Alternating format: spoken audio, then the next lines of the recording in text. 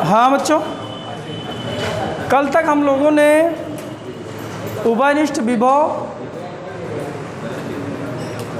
ऊर्जा हानि तथा स्थानांतरित आवेश की मात्रा यहाँ तक पढ़ा था। बेटा यहाँ तक मैंने आप लोगों को वीडियो भेज भी दिया हूँ। उम्मीद है आप लोगों ने नोट्स बना लिया होगा। जिनकी कोई समस्या हुआ करे व्हाट्सएप और टेलीग्राम के माध्यम से मुझे मैसेज डाल दिया करें। मैं उनकी समस्याओं को किसी न किसी तरह से, या फिर मुझे लाइव ही पढ़ाना पड़े लाइव भी पढ़ा दूंगा।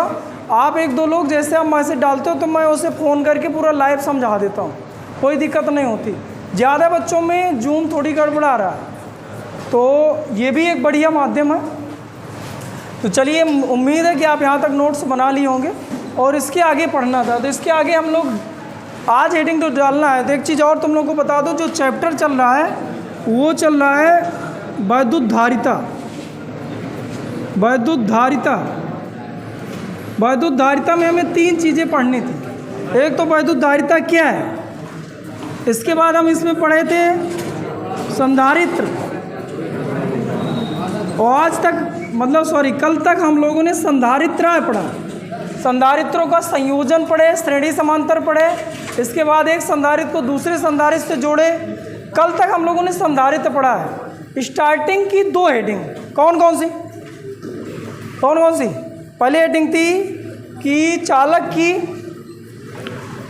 की धारिता क्या है, चालक की वैद्युत धारिता क्या है। पहली हेडिंग ये थी, जब किसी चालक के आवेश ग्रहण करने की क्षमता को उस चालक की, पहली हेडिंग ये थी। दूसरी हेडिंग क्या थी?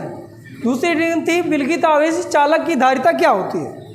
ये दो हेडिंग धारिता से संबंधित थी। इसके बाद तीसरी हेडिंग से लेकर कल तक की हेडिंग तक संधारित्र चल रहा है। और भी इस चैप्टर में तीन चीज़ें पढ़नी थी, आज तीसरी चीज़ है। ये है चैप्टर उसी का।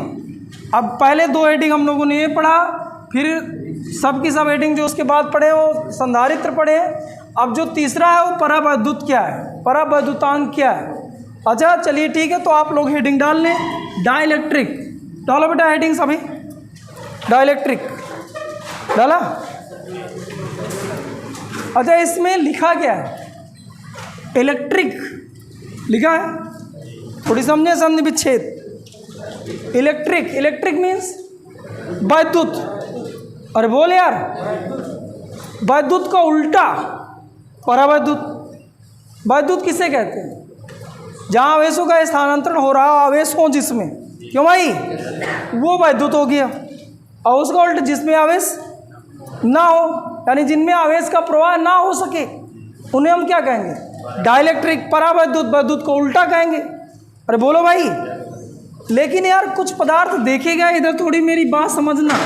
अगर आप समझ गए तो डिफिनीशन बना ले जाओगे। ऐसे करके मैंने रखा। ये कौन सी प्लेट, कौन सी, ये कौन सी बताइए? बल रेखाएं किधर से किधर? प्लस से। अच्छा बल रेखाएं यहाँ जाने लगी तो क्या इसको मैं वैद्युत क्षेत्र कहूँ? वह क्षेत्र जहाँ बल रेखाएं चलती हो वैद्युत क्षेत्र कहलाता है। क्यों? वह क्षेत्र जहाँ वैद्युत बल रेखाओं का अनुभव किया जा सके वैद्युत क्षेत्र कहलाता है। तो ये बीच का जो क्षेत्र है इसको हम वैद्युत क्षेत्र कहें, कोई कष्ट किसी को नहीं।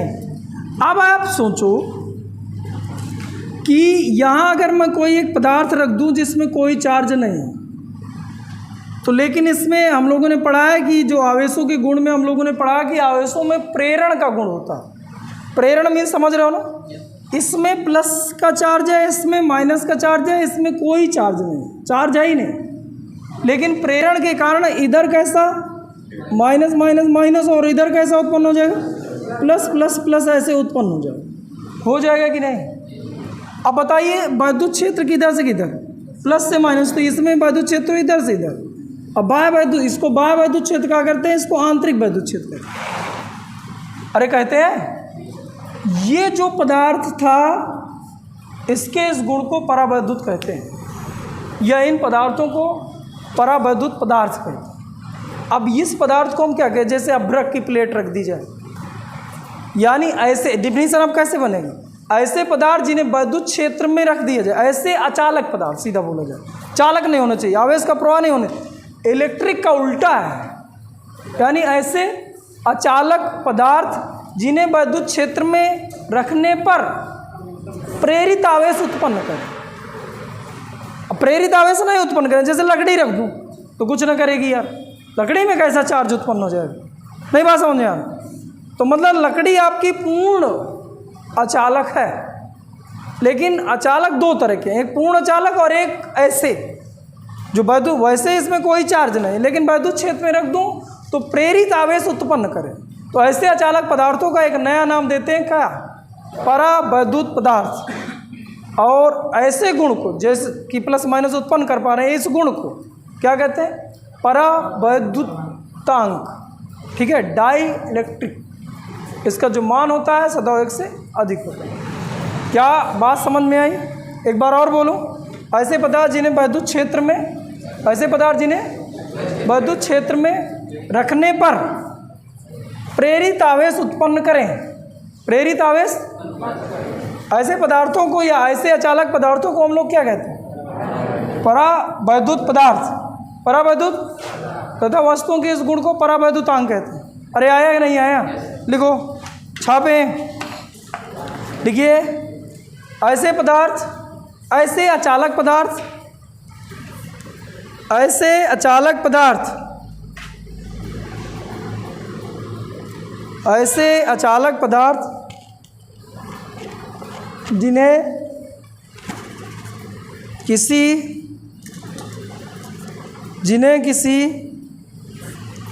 वैद्युत क्षेत्र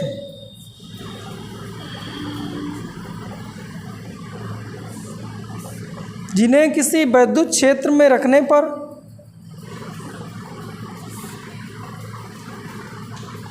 ऐसे अचालक पदार्थ जिन्हें किसी वैद्युत क्षेत्र में रखने पर प्रेरित आवेश, जिन्हें किसी वैद्युत क्षेत्र में रखने पर प्रेरित आवेश उत्पन्न करें। ऐसे अचालक पदार्थ जिन्हें किसी वैद्युत क्षेत्र में रखने पर प्रेरित आवेश उत्पन्न करें, हाँ, परावैद्युत पदार्थ कहलाते हैं। परावैद्युत पदार्थ कहलाते हैं।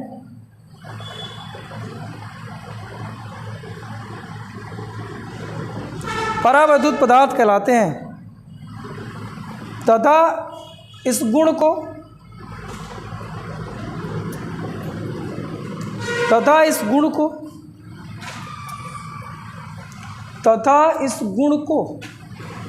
परावैद्युत कहते हैं। बैलू को परावैद्युतांक कहते हैं तथा इस गुण को परावैद्युत कहते हैं, डाइलेक्ट्रिक कहते हैं। अच्छा, फिर से इधर थोड़ी ध्यान दें। अच्छा बताइए, इसमें प्रेरित आवेश उत्पन्न हुए तो प्रेरित आवेश सदैव अपोजिट उत्पन्न होते हैं। जिधर प्लस की प्लेट है उधर माइनस, जिधर माइनस है उधर, तो आंतरिक वैद्युत क्षेत्र क्या बाह्य वैद्युत क्षेत्र के विपरीत होगा, तो क्या विरोध करेगा? बोलो यार, ये बल ले गए इधर जाएंगी, वो कहेंगे इधर चलो, तो विरोध करा कि नहीं? विरोध की इसी माप को परावैद्युतांक कहते हैं। जो बैलू आएगी परावैद्युतांक कहते हैं। किसके विरोध के? कौन सा विरोध? बाह्य वैद्युत क्षेत्र के विरोध करने की जो माप है, उस माप को हम लोग क्या कहते हैं? तो पैराग्राफ से लिखना है। पैराग्राफ से लिखिए, पैराग्राफ से लिखो बेटा।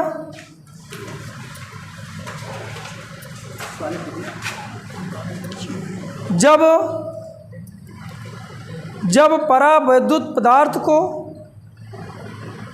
वैद्युत क्षेत्र में रखते हैं, जब परावैद्युत पदार्थ को वैद्युत क्षेत्र में रखते हैं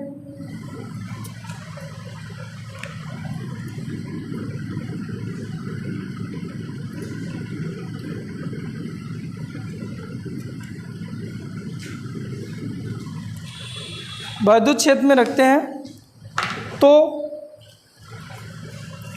इसमें प्रेरित आवेश उत्पन्न होते हैं। तो इसमें प्रेरित आवेश उत्पन्न होते हैं, वह इस कारण आंतरिक वैद्युत क्षेत्र उत्पन्न होता है। तो इसमें प्रेरित आवेश उत्पन्न होते हैं, वह इस कारण इसमें आंतरिक वैद्युत क्षेत्र उत्पन्न होता है। वह इस कारण इसमें आंतरिक वैद्युत क्षेत्र उत्पन्न होता है जो बाह्य वैद्युत क्षेत्र का विरोध करता है। वह इस कारण इसमें आंतरिक वैद्युत क्षेत्र उत्पन्न होता है जो बाह्य वैद्युत क्षेत्र का विरोध करता है।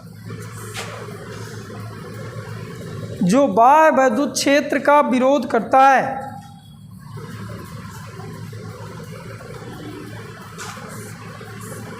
विरोध की इसी माप को परावैद्युतांक कहते हैं। विरोध की इसी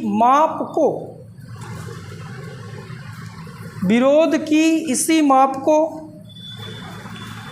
परावैद्युतांक कहते हैं। परावैद्युतांक कहते हैं। बच्चों पूरी बात समझ में आई? थोड़ी डिटेल से लिख जरूर गया होगा, लेकिन बात मेरी समझे। अच्छा बताइए, परावैद्युत पदार्थ में मुक्त इलेक्ट्रॉन होंगे कि नहीं होंगे? परावैद्युत पदार्थ में मुक्त इलेक्ट्रॉन होंगे कि नहीं होंगे? मुक्त इलेक्ट्रॉन किस में होते हैं? चालकों में। परावैद्युत पदार्थ कैसा होता है? अगर रहता है मुक्त इलेक्ट्रॉन, लेकिन प्रेरित आवेश होता है। अरे आया कि नहीं? अगर इसको कोई भी पदार्थ लो, उसे अचालक पदार्थ होना चाहिए, उसे वैद्युत क्षेत्र में रखो, प्रेरित आवेश उत्पन्न करे, समझ जाओ परावैद्युत पदार्थ है। न उत्पन्न करे तो कह दो पूर्ण अचालक पदार्थ है। आया कि नहीं? यानी मैंने कहा ऐसे अचालक पदार्थ जिन्हें वैद्युत क्षेत्र में रखने पर ये प्रेरित आवेश उत्पन्न करें, ऐसे अचालक पदार्थों को ही परावैद्युत पदार्थ कहते हैं। ये जो इस तरह से आवेश उत्पन्न हो जाते हैं, इस गुण को ही हम परावैद्युत डाइलेक्ट्रिक कहते हैं, परावैद्युत कहते हैं। आया कि नहीं? अब देखो यार, इसमें प्रेरण का ऐसे अपोजिट चिन्ह, अपोजिट आवेश उत्पन्न होंगे, या अपोजिट प्रकृति वाले, नेचर वाले आवेश उत्पन्न होंगे। ये प्लस का तो ये इधर माइनस का, इधर माइनस का तो ये प्लस का। तो बाह्य वैद्युत क्षेत्र, ये EXT मतलब क्या है? एक्सटर्नल मीन्स बाहर।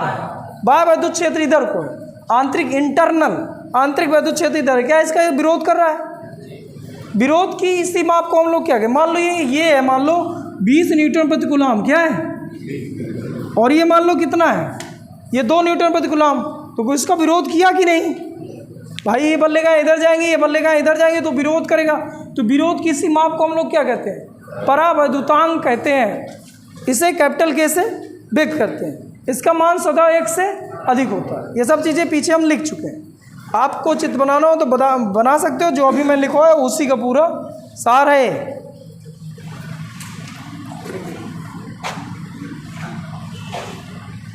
बना लो, वीडियो बन के हेडिंग डालो, टाइप ऑफ डाइलेक्ट्रिक, यानी परावैद्युत के प्रकार। ये पूरा का पूरा अलग है, ठीक है उसी चैप्टर का तीसरा भाग है। चैप्टरों को कई भागों में बांट ली करो, फिर रटने और समझने में आसानी होती है। परावैद्युत जो है इस चैप्टर का तीसरा भाग है, जिसमें से पहली हेडिंग हुई। सबको आई समझ में कि नहीं आई? ये हेडिंग मैं यहीं के सुनता जाऊंगा, किसी से मैं अचानक सुन सकता हूँ, ठीक है? इसलिए गौर से देखते जाओ। भाई ये 2 प्रकार का होता है, एक ध्रुवीय होता है, एक अध्रुवीय होता है। एक क्या होता है? ध्रुवीय, और एक अध्रुवीय। एक होता है ध्रुवीय, एक होता है अध्रुवीय। अच्छा ठीक है, एक थोड़ा सा एक क्वेश्चन बताया मुझे। वैद्युत द्विध्रुव आघूर्ण से कितने लोग परिचित हैं? वैद्युत द्विध्रुव आघूर्ण, वैद्युत द्विध्रुव से कितने लोग परिचित हैं? थोड़ा थोड़ा परिचित हो। हमने क्या पढ़ा था कि जब प्रकृति में समान आवेश होने चाहिए, प्रकृति में कि परिमाण में? हाँ, तो वो अभी तक कोई नहीं बोला था। परिचित सब है। जब परिमाण में समान लेकिन प्रकृति में विपरीत, यानी एक प्लस और एक, 2 आवेशों को अल्प दूरी पर रख दूँ तो जो भी निकाय बनता है इसको मैं क्या कहता हूँ?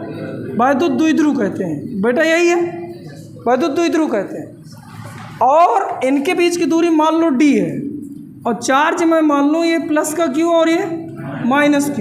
अरे बोल भैया, तो इनमें से किसी एक आवेश का मान रख दिया जाए और इनके बीच की दूरी रख दी जाए, इसको गुणा कर दी जाए, तो इसको क्या करते हैं? वैद्युत द्विध्रुव आघूर्ण P, P बराबर Q गुणे D, D इनके बीच की कौन सी राशि? सदिश सदिश सदिश कौन सी? डायरेक्शन, डायरेक्शन माइनस से यार ये इधर, अरे आया कि नहीं है? ये सब पहले चैप्टर की बातें हो रही है।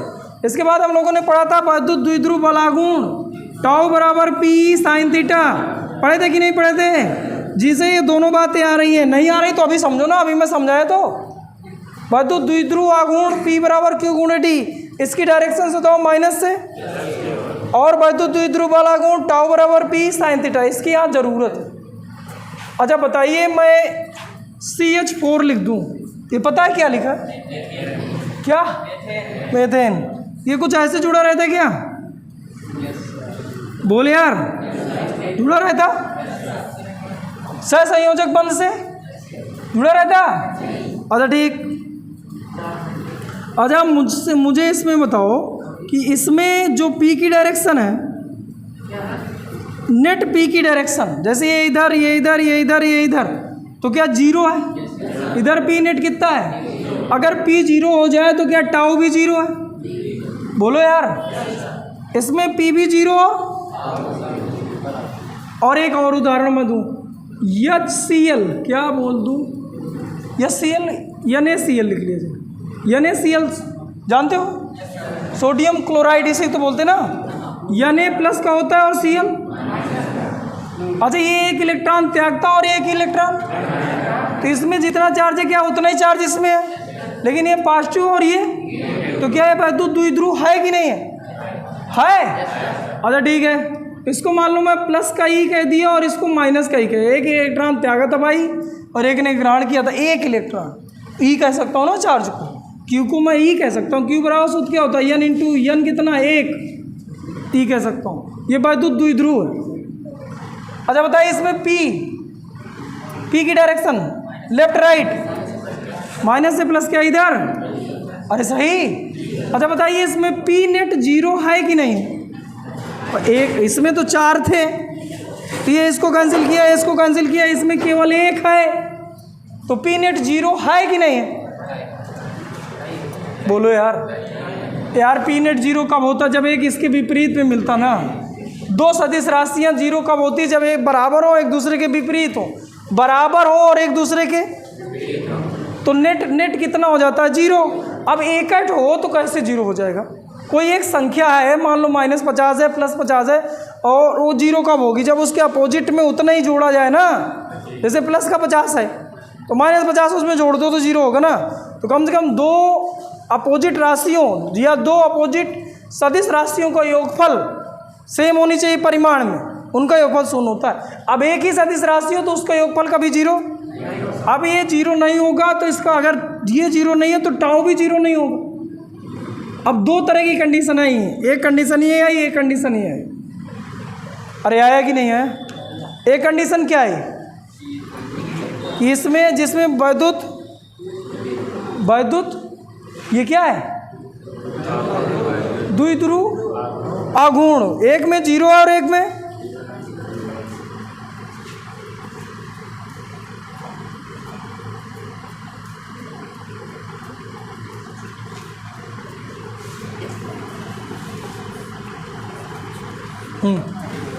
एक और इधर समझे, एक में जीरो और एक में जीरो, इसमें जीरो नहीं है तो इसको क्या करते हैं? ध्रुवी, और जिसमें जीरो होता है उसको क्या कहते हैं? अध्रुवी। अब डिफिनीशन थोड़ी ढंग से समझो, डिफिनीशन कैसे समझना?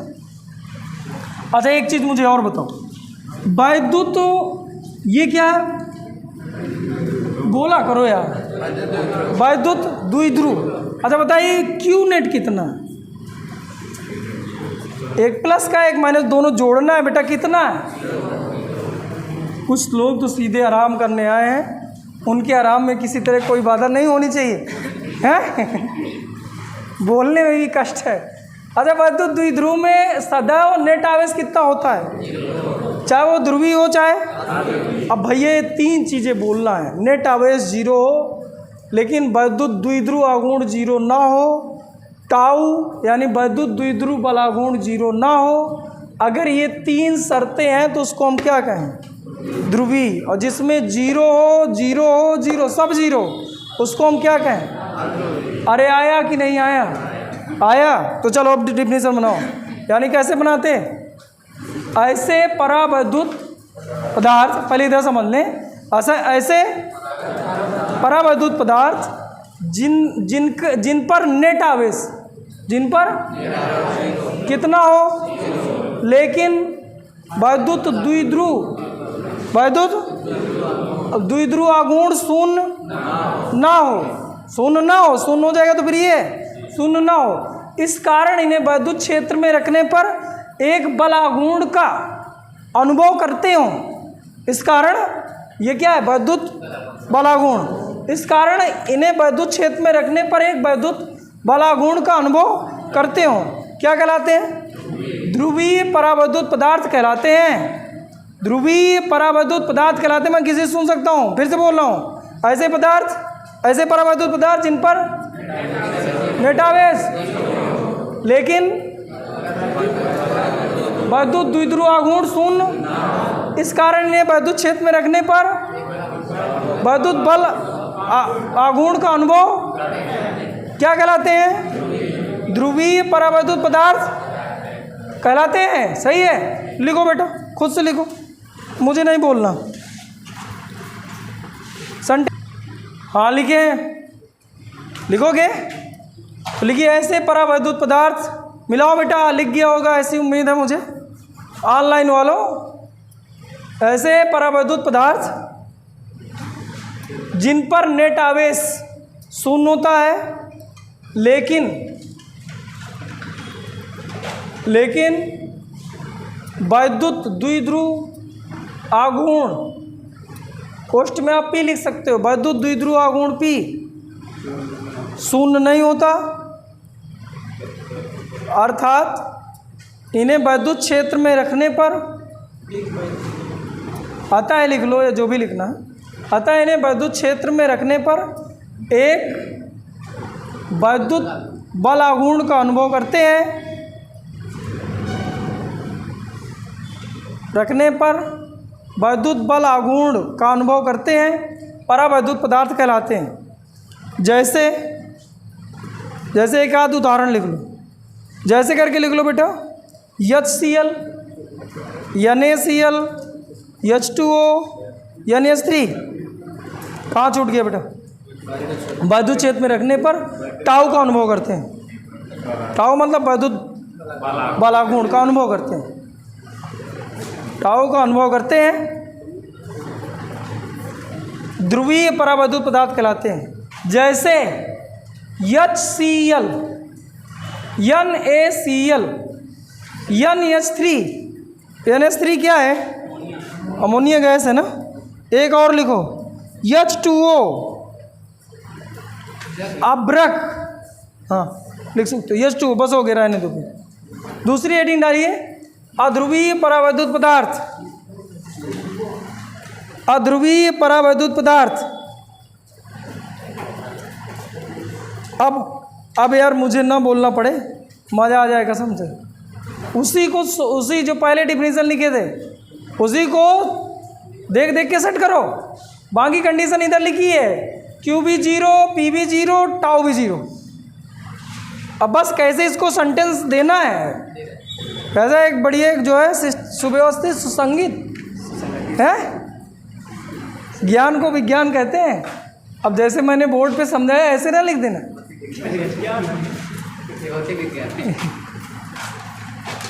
तो लिखो, ऐसे परावैद्युत पदार्थ जिनमें Q नेट जीरो होता है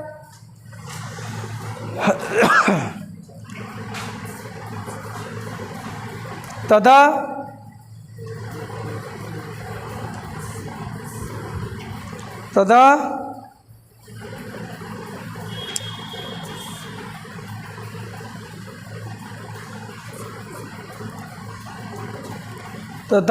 क्या लिखते हैं बेटा? वैद्युत द्विध्रुव आघूर्ण शून्य होता है। वैद्युत द्विध्रुव आघूर्ण भी शून्य होता है। अर्थात यह आता है जो भी लिखे रहे हो पहले, इन्हें वैद्युत क्षेत्र में रखने पर बल आघूर्ण का अनुभव नहीं करते हैं। वैद्युत क्षेत्र में रखने पर बल आघूर्ण का अनुभव नहीं करते हैं। अध्रुवीय परावैद्युत पदार्थ कहलाते हैं। जैसे सहसंयोजक बंध वाले सभी को लिख सकते हैं। जैसे आप लिख लो O2, N2, H2, CO2, NH4।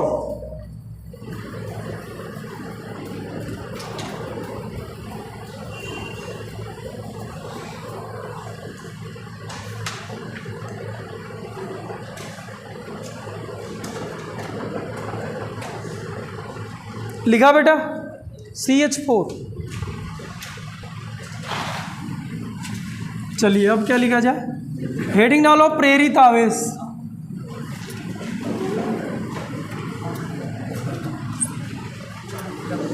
प्रेरित आवेश, तीसरी हेडिंग है बेटा प्रेरित आवेश।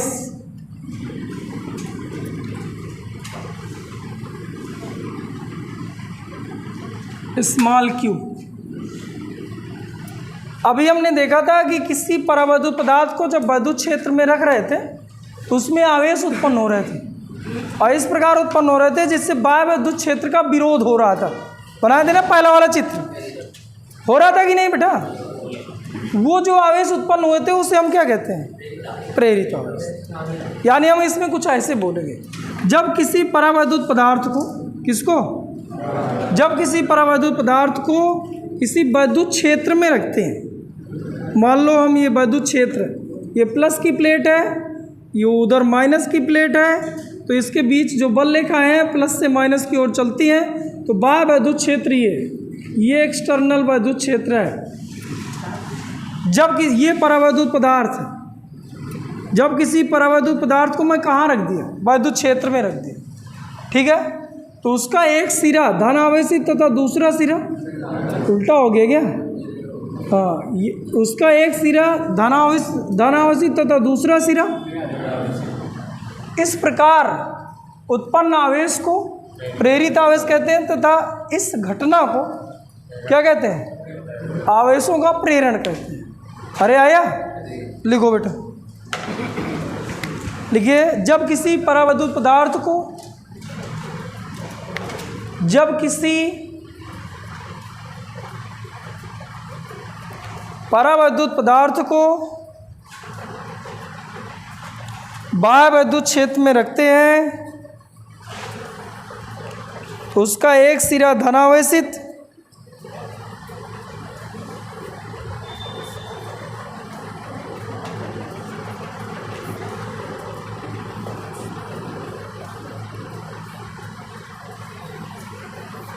उसका एक सिरा धनावेशित, और ये हिलना, उसका एक सिरा धनावेशित तथा दूसरा सिरा ऋण आवेशित हो जाता है।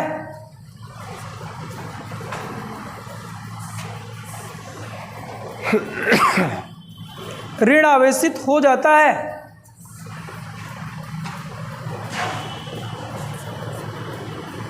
इस प्रकार उत्पन्न आवेशों को प्रेरित आवेश कहते हैं।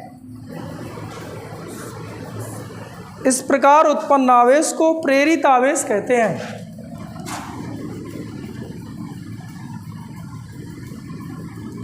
इस प्रकार उत्पन्न आवेश को प्रेरित आवेश कहते हैं।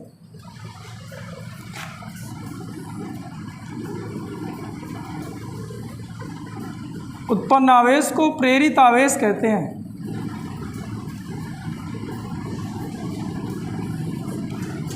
इस प्रकार उत्पन्न आवेश को प्रेरित आवेश कहते हैं। लिख लिया बेटा? पैराग्राफ से लिखिएगा। प्रेरित आवेश सदैव इस प्रकार उत्पन्न होता है,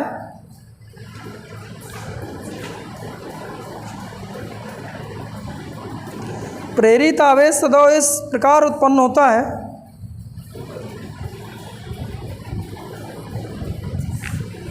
इस प्रकार उत्पन्न होता है,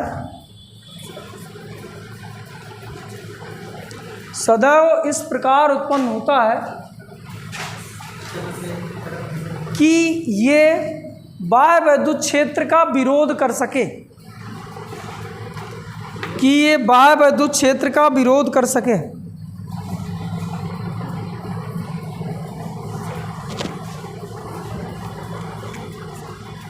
बाह्य वैद्युत क्षेत्र का विरोध कर सके। बाह्य वैद्युत क्षेत्र का विरोध कर सके। ठीक है, देखो इधर बाह्य वैद्युत क्षेत्र का विरोध। हेडिंग डालो प्रेरित आवेश की मात्रा और इसको स्टार कर लो।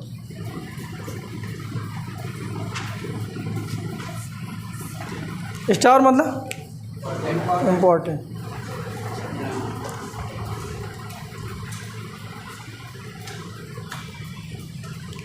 प्रेरित आवेश की मात्रा।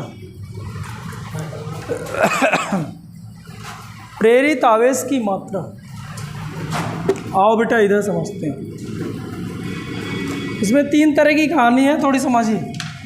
निगमन है एक, यहाँ एक बाह्य वैद्युत क्षेत्र, एक मैंने प्लेट रखी है प्लस की, दूसरी प्लेट रखी है, तो बाह्य वैद्युत क्षेत्र प्लस से माइनस की। इसके अंदर मैंने एक परावैद्युत पदार्थ रख दिया जिसका परावैद्युतांक कैपिटल के, जिसका परावैद्युतांक कैपिटल, इसका ये सिरा ऋण आवेशित हो जाएगा और ये सिरा, तो बताइए कौन सा प्रेरित आवेश? क्या ये प्रेरित आवेश, क्या ये मूल आवेश?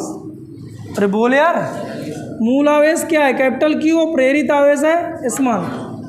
अच्छा, ये इधर पे ऋण प्लेट थी तो इधर प्लस हुआ, इधर प्लस था तो इधर, इसलिए इंटरनल वैद्युत क्षेत्र क्या ये हुआ, यही तो है, ये इंटरनल है। अच्छा बताइए, अगर मैं ई नेट निकालूं, ई नेट, तो बताइए मुझे जोड़ना चाहिए घटाना चाहिए? जोड़ना चाहिए घटाना चाहिए? घटाना चाहिए। क्या ई एक्स टी से? अच्छा कैसे समझ गए घटाना चाहिए? जब 2 सदिश राशियों की दिशा विपरीत हो तो घटाओ, अनुदिश हो तो जोड़ो। ये तो छोटा छोटा बच्चा जानता है। चलिए ठीक, तो क्या लिख गया? चलिए एक बात यहाँ थोड़ी समझी जाए, फिर से आओ इधर। इधर मैं कह रहा हूँ कि मान लो प्लेटों के कारण जो वैद्युत क्षेत्र की तीव्रता है, गॉस की प्रमेय अनुप्रयोग नंबर 2, उसको लिखवाया गया था कि इसके अंदर जो वैद्युत क्षेत्र की तीव्रता ई उत्पन्न होगी ई बराबर सिग्मा अपान एप्सिलॉन। एप्सिलॉन याद है? भूल गए? भूल गई हो तो अब याद करो। प्लेटों के बीच वैद्युत क्षेत्र की तीव्रता कितनी? सिग्मा अपान एप्सिलॉन। अच्छा बताइए, परावैद्युत पदार्थ भर दूँ तो फिर कितने? ई बराबर सिग्मा अपान के एप्सिलॉन नॉट। अरे यही है, सिग्मा बराबर सूत्र क्या होता है? क्यू अपान ए। ए क्या है? प्लेटों का क्षेत्रफल। अरे है, ये सबको बात पता थी? क्या बात, मुझे बस नहीं पता थी ना। चलिए मान लो ये नहीं है, तो बताइए वैद्युत क्षेत्र की तीव्रता कितनी? ये नहीं है तो एक्सटर्नल बस है, यही नहीं इंटरनल, तो है कितनी? Sigma upon epsilon not. जहाँ गड़बड़ हो टोक देना। अरे ठीक है भैया, माइनस लगाया। अब मैं कुछ ऐसा समझूंगा कि अब ये नहीं है, केवल इंटरनल है। इंटरनल में क्या था? इंटरनल में कुछ ऐसे था, याद हो अगर तो कुछ ऐसे था, याद है? परावैद्युतांक के था और वैद्युत ये शायद प्लस का क्यू था और ये माइनस क्यू था। इंटरनल वैद्युत क्षेत्र कुछ ऐसे था, याद है? भूल गया? यही तो इंटरनल था। अच्छा मान लो बाह्य वैद्युत क्षेत्र न होता, केवल ये होता, मैं कह रहा हूँ वैद्युत क्षेत्र की तीव्रता लिखिए, तो आप क्या लिखे होते? सिग्मा डैश, पहले सिग्मा था, अब कितना है? सिग्मा डैश अपान के एप्सिलॉन नॉट। सही लिख रहा हूँ गलत लिख रहा हूँ? बोलो। मान लो ये अगर यहाँ मैं प्लेट रख दूँ तो बाह्य वैद्युत क्षेत्र उत्पन्न हो गया, बाह्य वैद्युत क्षेत्र, प्लेटों पर चार्ज कैसा देना है मुझे, इस पर प्लस देना है और उस पर माइनस देना है, ये माइनस का चार्ज, ये मूल आवेश है, इसके बीच हम परावैद्युत पदार्थ रखते हैं। अच्छा फिर से बात करेंगे, मान लो ये प्लेटें भी हैं और इनके बीच परावैद्युत पदार्थ भी भरा है, तो बताइए इकट्ठा वैद्युत क्षेत्र कितना होगा। तो आप बताते हो सिग्मा अपान, क्योंकि उस समय तो ये प्लस का क्यू है और ये माइनस क्यू है, तो सिग्मा अपान के एप्सिलॉन नॉट, यही है। इसका मतलब मैं लिख सकता हूँ यहाँ पर, कहाँ पर, इनका जो नेट है उसको लिख सकता हूँ सिग्मा अपान के एप्सिलॉन नॉट। सिग्मा की वैल्यू क्यू अपान Q, small Q capital Q, small Q capital Q, small Q क्यों नहीं, क्योंकि ये पूरा मैं एक माना हूँ, ये अंदर देख ही नहीं रहा हूँ। अरे अभी मैंने कहा ये दो मैं प्लेट रख लूँ अब भर दूँ परावैद्युत पदार्थ, इसमें कैसा चार्ज प्लस क्यों, इसमें अब इकट्ठा वैद्युत क्षेत्र की तीव्रता कितनी है, अंदर क्या उत्पन्न हुई हमसे कोई लेना देना, ये नेट है। तो स्मॉल क्यू कैपिटल क्यू के ए एप्सिलॉन नॉट, ए कहाँ से आ गया, सिग्मा बराबर सूत्र क्या होता है, क्यू अपान ए, चलिए ठीक है, बराबर Q upon A epsilon not. यहाँ कितना लिखो, small Q capital Q, internal है, तो स्मॉल क्यू क्या है, प्रेरित आवेश, कैपिटल क्यू क्या है, मूल आवेश, स्मॉल हेडिंग क्या पड़ी है, प्रेरित आवेश की मात्रा, मतलब मुझे क्या चाहिए, स्मॉल क्यू बराबर निकालना है। मैं लिख लूँ के एप्सिलॉन नॉट, गौर से देखिए क्या क्या निपटा, ए अभी गायब है क्या इसका, ए एप्सिलॉन, अरे सिग्मा बराबर सूत्र क्या, क्यू अपान ए, तो यहाँ पर क्यू स्मॉल क्यू लेकिन ए तो है ना, तो ये कॉमन लेके कट गए। बताइए इसको ले आओ इधर तो प्लस का हो जाए और इसको ले जाओ उधर, तो क्यू इधर बचा है और माइनस का क्यू अपान के बचा है, और क्यू मेरे हिसाब से अगर ले लें हम लोग कॉमन तो 1 माइनस 1 बाई के बचे। ये है प्रेरित आवेश की मात्रा। के क्या है, के का मान सदैव 1 से। अब जिन्हें समझ में नहीं आया, हे प्रभु पूछो बेटा। पहले मैंने बाह्य वैद्युत क्षेत्र निकाला, अंदर कुछ नहीं है ऐसा माना, वो ये निकला, फिर ये आंतरिक वैद्युत क्षेत्र निकाला, ये निकला, दोनों घटा दिए, पूरा इकट्ठा करके दोनों को एक साथ सोचा, बा ये निकला। क्या क्यू अपान ये वाला,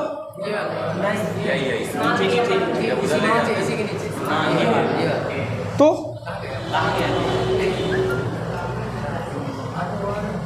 छूट गया क्या,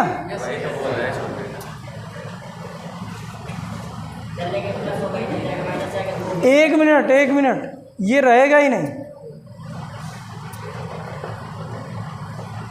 आंतरिक वैद्युत क्षेत्र इस के कारण नहीं उत्पन्न हुआ, इन आवेशों के कारण उत्पन्न हुआ। के क्या है, एक परावैद्युत पदार्थ है, वो रखा ही था भूल से, ये सही। अच्छा बताओ यार, अगर मैं ऐसे कर दूं, ये पूरा एक पदार्थ रख दूं, क्या रख दूं, पदार्थ, इस पर चार्ज मैं दे दूं प्लस का 10 कूलम और यहाँ कर दूं माइनस 10 कूलम, इनके बीच की दूरी दे दूं, तो वैद्युत क्षेत्र इस पदार्थ के कारण उत्पन्न हुआ कि इन आवेशों के कारण उत्पन्न हुआ। आप वैद्युत क्षेत्र किसी कारण उत्पन्न होता है, आवेश के कारण, पदार्थ के कारण, पदार्थ पर आवेश के कारण उत्पन्न हुआ है कि नहीं, तो परावैद्युतांक का कोई मतलब नहीं है। लेकिन अगर मैं इस आवेश ऐसे रख दूं, आवेश इस पर नहीं, इस पर मानूं, प्लेट पर, और उसके अंदर परावैद्युत पदार्थ भर दूं, तो जो बल रेखाएं हुआ करती हैं, जो बाह्य वैद्युत बल रेखाएं चलती हैं, तो ये क्या करती है, परावैद्युत पदार्थ जो होता है बल रेखाओं को जानने में थोड़ी अवरोध उत्पन्न करता है, इससे वैद्युत क्षेत्र की तीव्रता घटती है, या भाग के का कर दिया करते, जो इसका परावैद्युतांक होता है उसको भाग कर दिया करते, जिससे वैद्युत क्षेत्र की तीव्रता घट जाए। ठीक है, ये उत्तर यही है आपका। तो चलो लिखो, थोड़ी माना लिखोगे, लिखो,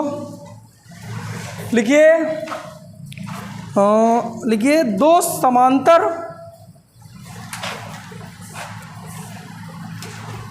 समांतर विपरीत प्रकृति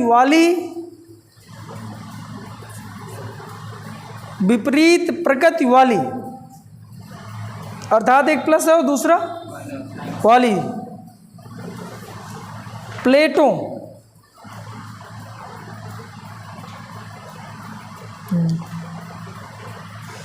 जिनका आवेश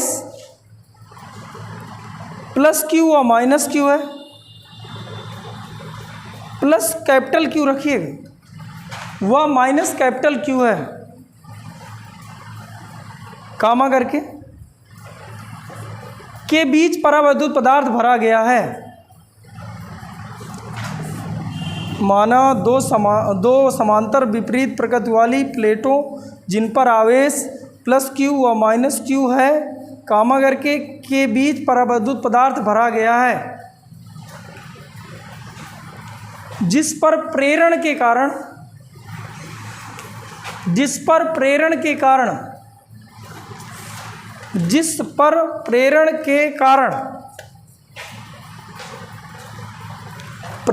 कारण प्लस माइनस ऐसे लिख लो, प्लस क्यू स्मॉल क्यू करिएगा, अब minus small Q, plus small Q minus small Q उत्पन्न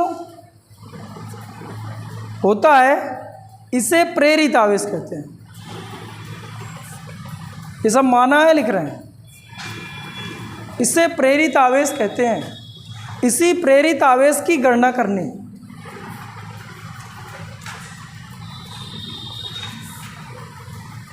इसके लिए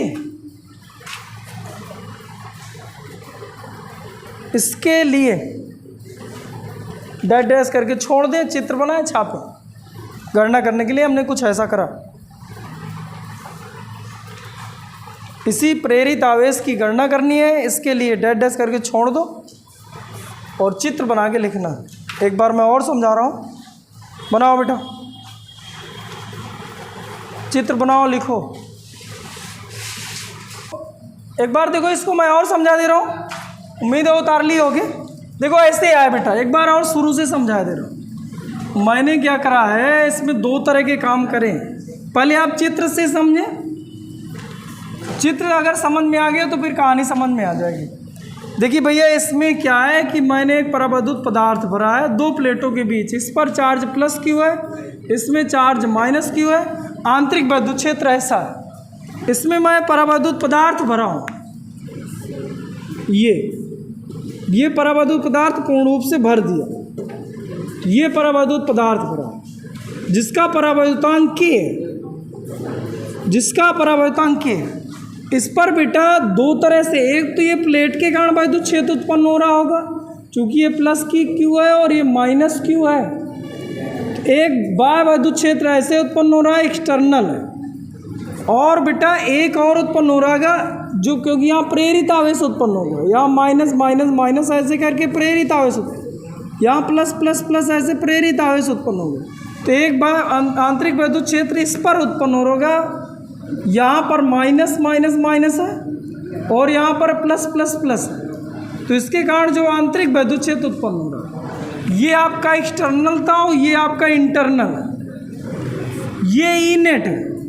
तो ई नेट बराबर मैंने लिखा कि ई नेट में दो चीज़ें हैं, एक एक्सटर्नल है और एक इंटरनल है, लेकिन ये एक दूसरे के विपरीत आता है, मैंने घटा दिया। अब इस टोटल का अगर मुझे एक साथ निकालना है तो सूत्र होता है सिग्मा अपान, सिग्मा की जगह वैल्यू रख लें। इधर सिग्मा कितना है, सिग्मा अपान सिग्मा बराबर Q upon epsilon not, sorry sigma बराबर लिख रहा हूँ क्यू अपान ए।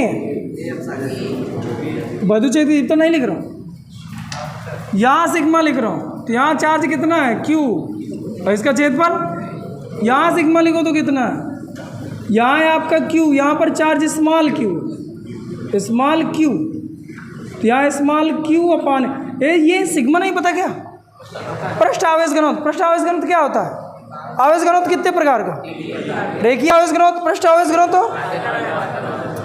एकांक क्षेत्रफल में जो आवेश है उसे क्या मतलब के हो, ये क्या मतलब, अरे आवेश में क्षेत्रफल का भाग करो तो पृष्ठ आवेश घनत्व, आवेश में आयतन का भाग करो आयतन आवेश घनत्व, आवेश में लंबाई का भाग करो तो रेखीय आवेश घनत्व। अरे सही है ना, यहाँ तो ऐसे लिखेंगे। अब बताइए यहाँ पर अगर मैं सिग्मा का मान रख दूँ तो आप लिखते क्यू अपान ए, ये तो सिग्मा का मान है। यहाँ पर अवयतांक बीच में भरा हुआ है तो के एप्सिलॉन नॉट। ये क्या है? विद्युत क्षेत्र की तीव्रता। ये कहाँ निकाली गई थी? गॉस की प्रमेय का दूसरा अनुप्रयोग। वहाँ इसका निगमन देख लें कैसे है, ये क्यों इतना लिया जाता है। मैं डायरेक्ट रख रहा हूँ, यहाँ की तरह के यहाँ पर भी सिग्मा है तो सिग्मा बराबर क्यू अपान ए रख दें, और यहाँ पर आंतरिक बाह्य विद्युत क्षेत्र है तो ई बराबर होता है sigma upon epsilon not. Sigma की जगह वैल्यू, एप्सिलॉन नॉट उसी तरह। यहाँ सिग्मा अपान एप्सिलॉन नॉट तो ए एप्सिलॉन नॉट। तो आप के ये कट गया तो क्यू बराबर है, इसको उधर ले गए तो क्यू माइनस क्यू बाई के, और क्यू ले लिया हूँ कॉमन तो आया 1 माइनस 1 बाई के। ये आया बेटा, अरे आया। कुल विद्युत क्षेत्र में दो भाग हैं, एक तो प्लेट के कारण जो मैंने अलग करा है कि इसके कारण जो मैंने अलग करा। एक चार्ज यहाँ है तो चार्ज के कारण विद्युत क्षेत्र उत्पन्न हुआ करता है। चार्ज के कारण, आप पदार्थ कारण थोड़ी होता कि मैं के लिख दूँ। चार्ज के कारण पदार्थ पर उत्पन्न हो रहा है, चार्ज के कारण प्लेटों के बीच उत्पन्न हो रहा है। वायु तो निर्वात पर विद्युत क्षेत्र उत्पन्न हो रहा है, यहाँ पदार्थ पर उत्पन्न हो रहा है। लेकिन उत्पन्न किस कारण हो रहा है? यहाँ पर परावैद्युत पदार्थ भी है, चार्ज की अलग प्लेटें भी, इसलिए के का भाग हुआ। वहाँ पर के का भाग नहीं होगा। क्या बात तुम्हें समझ में आई? बस गुणा भाग करना है। अब इसके थोड़ी रिजल्ट देखो, आगे हेडिंग डालो रिजल्ट यानी निष्कर्ष। निष्कर्ष हेडिंग डालें। निष्कर्ष। अच्छा बताइए क्यू बराबर कितना है? क्यू 1 माइनस 1 बाई के। अच्छा बताइए मुझे एक बात, के का मान सदैव एक से अधिक, ये बात पता है कि नहीं पता? अगर के का मान सदैव एक से अधिक तो हमें एक बात समझ में आ गया कि क्यू का मान सदैव छोटा किससे? कैपिटल क्यू से। जैसे आप कोई के का मान एक मुझे बताओ जो एक से अधिक हो, फिर मैं हल करके बताऊं। कोई मान बताओ, 1/2 लिख दो, अरे सॉरी के का मान 2 लिख दो, बोलो। तो बताइए क्यू बराबर कितना होता है? क्यू 1 माइनस 1, के का मान 2, एक से अधिक 2 है, एक से आधा घटा कितना बचा? यानी क्यू गुणे 1/2। मान लो क्यू का मान कितना है? 100। तो बताइए स्मॉल क्यू का मान कितना है? 50। अच्छा बताइए इसमें और इसमें कौन बड़ा है? प्रेरित, ये प्रेरित आवेश मूल आवेश। मूल आवेश सदैव बड़ा होता है किससे? अरे बोल यार। अच्छा बताओ इन दोनों को आपस में बराबर करना है, बताइए के का मान कितना रख दूँ? के का मान कितना रख दूँ?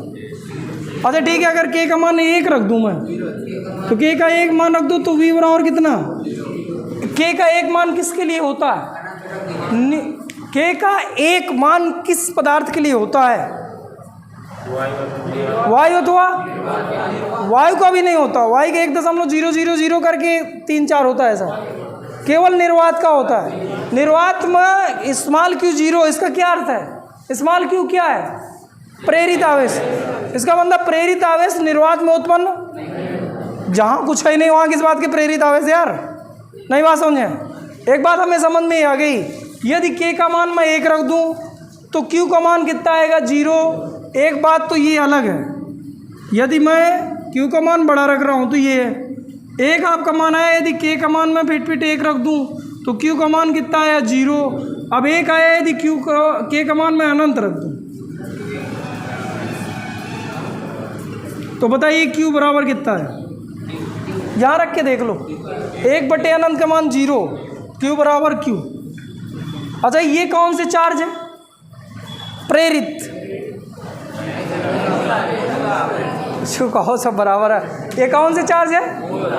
ये कौन से चार्ज है? तो प्रेरित आवेश मूल आवेश के बराबर कब?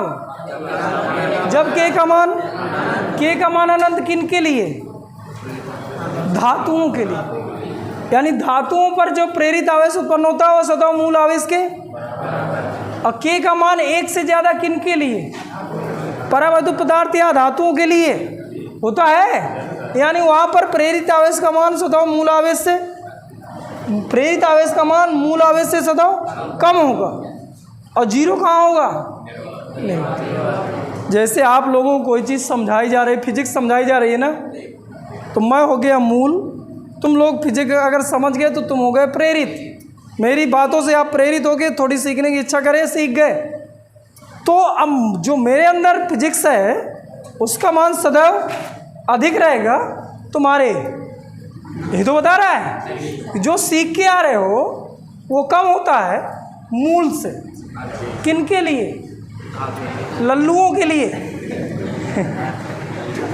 बराबर भी हो सकता है, किन के लिए? मतलब टीचर के बराबर भी टैलेंट हो सकता है, किन के लिए? जो ज़्यादा दृढ़ है, मतलब धातु, जो एकदम सोच के बैठा है कि नहीं मुझे एकदम IIT क्वालिफाई करना है, दो यार बराबर भी हो जाता है। कई ऐसे बच्चे मुझे मिल जाते हैं, गजब टैलेंट रहता है, उनसे हमें भी डरना पड़ता है। मतलब समझ गए ना, तो इक्वल का मामला है। अब बात समझ में आ गई। लेकिन हमारी हेडिंग कौन सी चल रही है? हमारी हेडिंग चल रही थी डाइलेक्ट्रिक, मेन हेडिंग वही है, परावैद्युतांक। तो परावैद्युतांक तो ये है, यानी हम लोग लिखेंगे कि प्रेरित आवेश का मान सदैव मूल आवेश से कम होता है। कहाँ? डाइलेक्ट्रिक, चूँकि हम डाइलेक्ट्रिक बस की बात करेंगे। बराबर भी हो सकता है किनके लिए? धातुओं के लिए। और यहाँ 0 हुआ है, इसका मतलब क्या है कि निर्वात में कभी भी प्रेरित आवेश उत्पन्न। हाँ लिख लो बेटा, निष्कर्ष लिखो पहला नंबर। या मुझे लगता है कि ऐसा बना लें तो मज़ा आ जाए। ऐसा लिखो, यहाँ तक लिखी ही थी, यहाँ रिजल्ट डाल लो, लिख लो तीनों।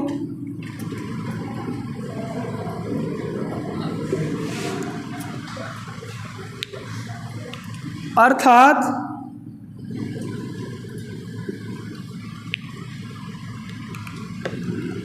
परावैद्युत